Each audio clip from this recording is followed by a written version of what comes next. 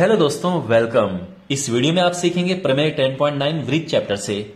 इसका प्रूफ आप इस वीडियो में सीखेंगे और साथ में इनको क्वेश्चंस में कैसे आप इस्तेमाल करें, इस थ्योरम को सीखने के बाद इनको न्यूमेरिकल्स में यानी एक्सरसाइज वगैरह में कैसे आप इस्तेमाल करें, ये आप इस वीडियो में सीखेंगे।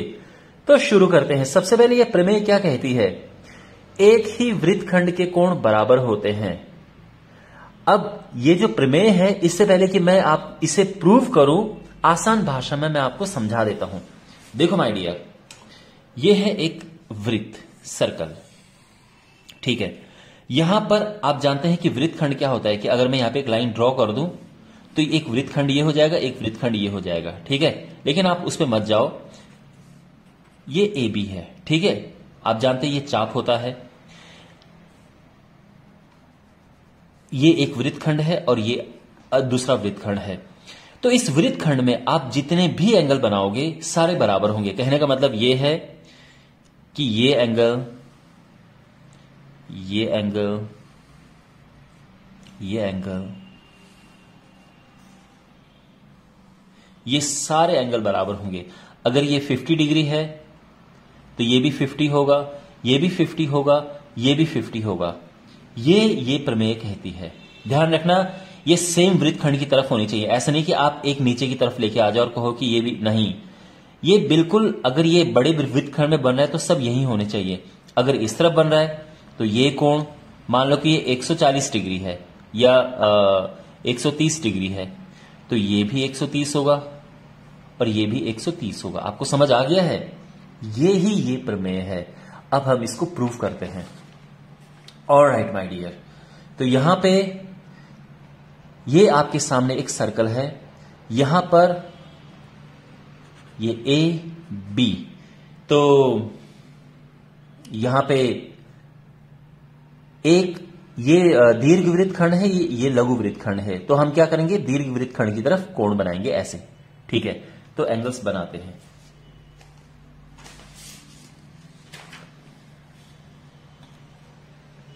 तो यहां पर एक एंगल बना ये,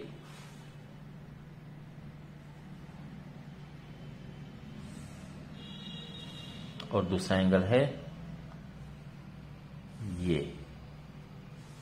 और अब आप समझ गए होंगे कि हमें करना क्या है। हमें इन दोनों एंगल्स को इक्वल प्रूव करना है। हमें प्रूव करना है कि ये दोनों आपस में बराबर हैं। इसको सी ले लो, इसको डी ले लो।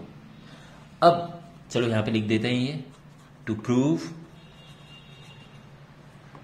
एंगल ए सी बी बराबर angle A D B. Alright, fine. तो इसको प्रूव करने के लिए हमने जो पिछली थ्योरम पढ़ी थी उसकी हेल्प लेंगे। वो थ्योरम क्या थी देखिए। उसके लिए हमको केंद्र से जोड़ना होगा इसे। हम जो इस चाप पर हमने ये दो कोण बनाए हैं, देखो एक ही चाप पर बने हुए कोण हैं ये, ठीक है ना। तो इस चाप पर हम एक और कोण बनाएंगे जो कि केंद्र की ओर बन रहा है, केंद्र पे बन रहा है, ओके, ये वाला एंगल। अब देखिए, पिछली थ्योरम थी कि केंद्र पर बना कोण वृत्त पर बने कोण के दुगना होता है। एक ही चाप द्वारा केंद्र पर अंतरित कोण वृत्त पर अंतरित कोण के दुगना होता है। यानी जो एंगल ए ओ बी है, ये दुगना है एंगल ए सी बी के। इसका रीजन क्या लिखेंगे? एक ही चाप द्वारा केंद्र पर अंतरित कोण वृत्त पर अंतरित कोण के दुगना होता है। अंडरस्टैंड? और सेम प्रॉपर्टी इसमें भी लगेगी कि क्योंकि ये भी तो सेम कहानी कहता है। अगर मैं इसकी बात करूं तो देखो, ये एक ही चाप है, इसके द्वारा केंद्र पर बना जो कोण है वो वृत्त पर बने कोण के दुगना होगा। और यही थ्योरम हमने 10.8 में किया था हमने, ए डी बी। अंडरस्टैंड? यहां तक सब क्लियर हो गया है। अब इसको इक्वेशन नंबर 1 नाम दे देते हैं और इसको इक्वेशन नंबर 2 नाम दे देते हैं। तो क्या मिला हमें? देखो, समीकरण 1 और 2 से अब आप नोटिस करेंगे कि लेफ्ट हैंड साइड तो एक जैसी है, तो राइट हैंड साइड को हम इक्वेट कर देते हैं। तो twice angle A C B बराबर हो जाएगा twice angle A D B. 2 से 2 कैंसिल और ये आ गया है एंगल ACB बराबर एंगल ADB, और हमें यही प्रूव करना था, हेंस प्रूव्ड। ओके, तो मैं उम्मीद करता हूं कि आपको ये समझ आई होगी। इसका प्रूफ बहुत इजी है, ये समझ आ गया होगा। बट इससे पहले कि मैं ये वीडियो अपना समाप्त करूं, मैं एक आपको बता देता हूं कि देखो क्वेश्चन में कैसे इनका इस्तेमाल करते हैं। ये एक वृत्त है और आपके पास ये क्वेश्चन बहुत ही पॉपुलर क्वेश्चन है, आपके पास एग्जाम्पल भी ऐसा है और क्वेश्चंस में भी, एक्सरसाइज में भी आपको इस तरह से क्वेश्चंस मिल सकते हैं। तो ऐसा क्वेश्चन है ये, अगर ये है 40 डिग्री, ये है 50 डिग्री, तो ये एंगल बताना है आपको कि ये एंगल क्या है। ओके, तो कैसे बताएंगे, देखिए यहां पे आप नोटिस करेंगे कि अगर मैं इस एंगल की बात करूं तो ये बिल्कुल, आप देख रहे हैं ये वाला चाप, आप चाहे ये चाप देखो या ये जीवा देखो, इस पर ये एंगल भी बन रहा है और ये एंगल भी बन रहा है।